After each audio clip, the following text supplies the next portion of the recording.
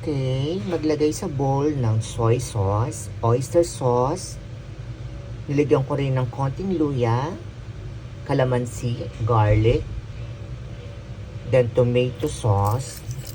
Tomato ketchup. Then sugar nga. Then mix well lang. Ito yung magiging marinated sauce natin.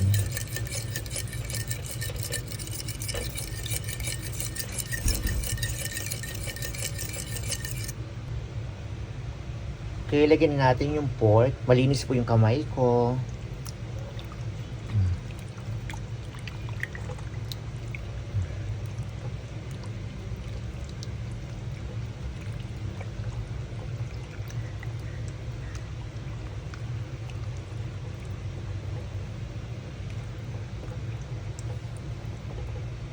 Marinate natin ng at least half an hour.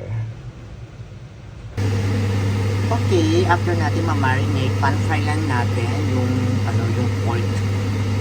Mga pork chop to. Pag nakita nyo lumalabas na yung tawag dito mantika niya. Buso yung marinated sauce. Yun na yung magpapalambot sa karne natin.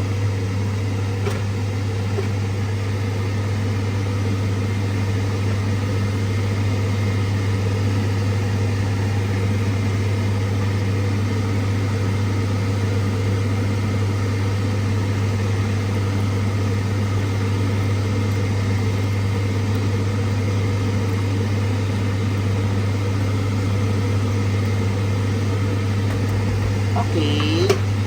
Lutuin natin siya siguro mga 20 minutes. Okay, after natin ma-marinate, pan-fry lang natin yung pork. Mga pork chop to.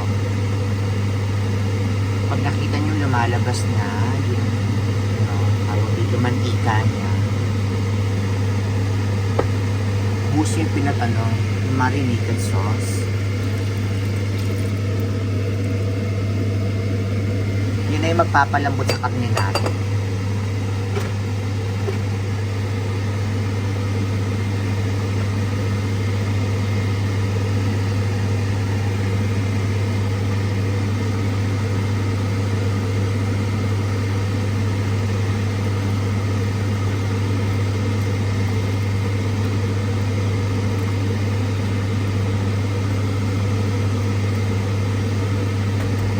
Okay. Lutuin natin siya siguro mga 20 minutes.